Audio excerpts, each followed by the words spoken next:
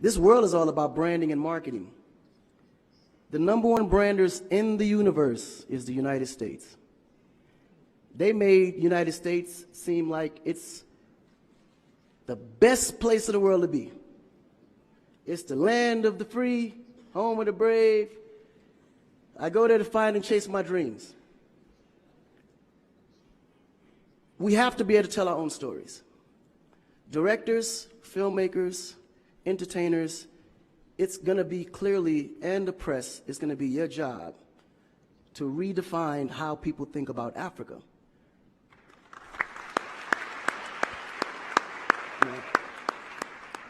Because you're here, you see what's going on. You clearly can see in a vivid picture the good, the bad, and the ugly.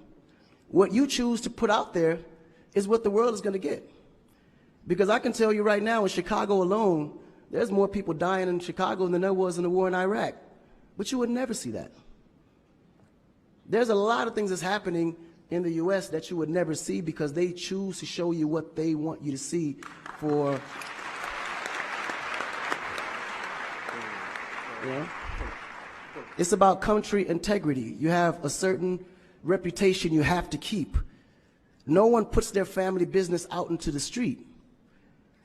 One of the problems we have in Africa is that when something happens, the press is quick to put out negative energy and quick to put out a negative story. And then that story goes on to internet, and other broadcasting systems take it and they post it. So when you look at places like Kenya, for instance, that I know of, maybe 2 terrorist attacks, but it was everywhere. So now people was afraid to go to Kenya because somebody shot up the mall. But then when you look online, there was over 25,000 attacks in the US, but you only knew about maybe 5 or 6. So we have to really rebrand. And then when you look at how the world perceives Africa, they're right. You know, you see zebras, lions, tigers, bears. Oh my. You get to the point where you think Africa's just a big jungle. The images that they're showing of Africa is historical images. This is way before civilization. This is when they were still, battling with spears, like times of Shaka Zulu. No, I'm serious. But then when you look at the US, they're showing Superman, Batman,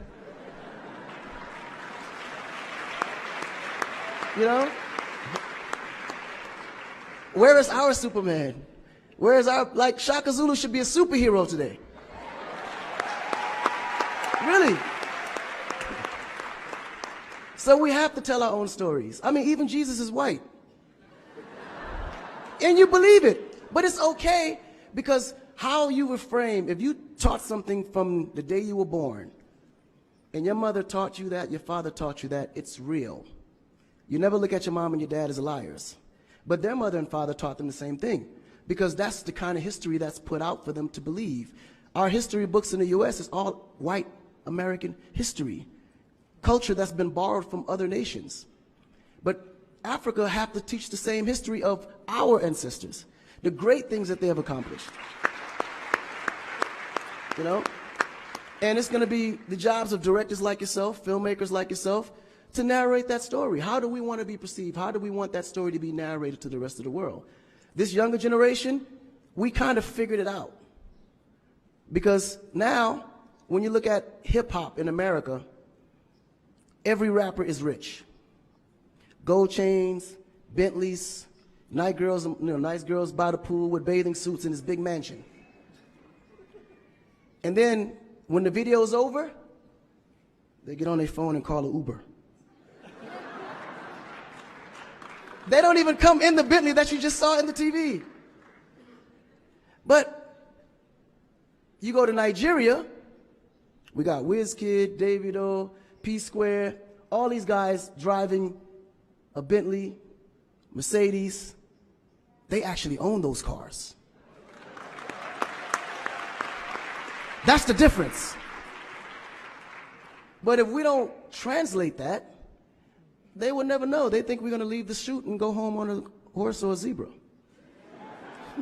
Because that's what they know. This is why African Americans are so afraid of Africa. You mention Africa, they start shaking. There's so much fear. They don't know how to translate that.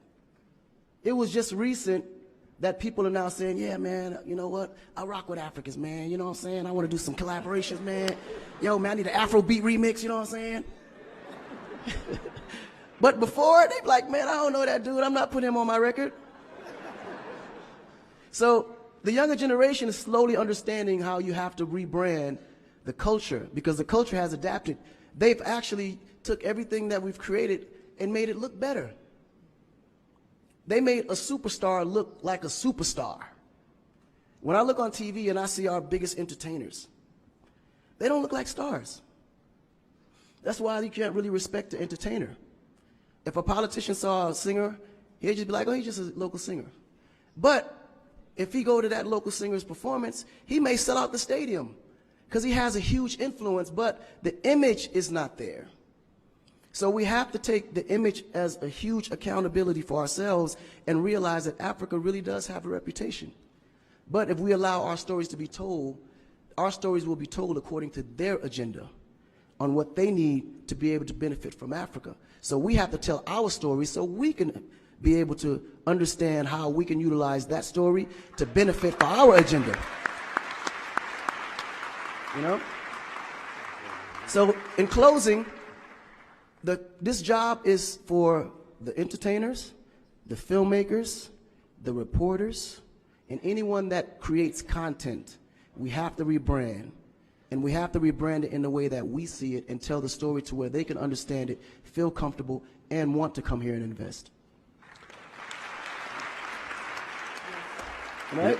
To add to what Akon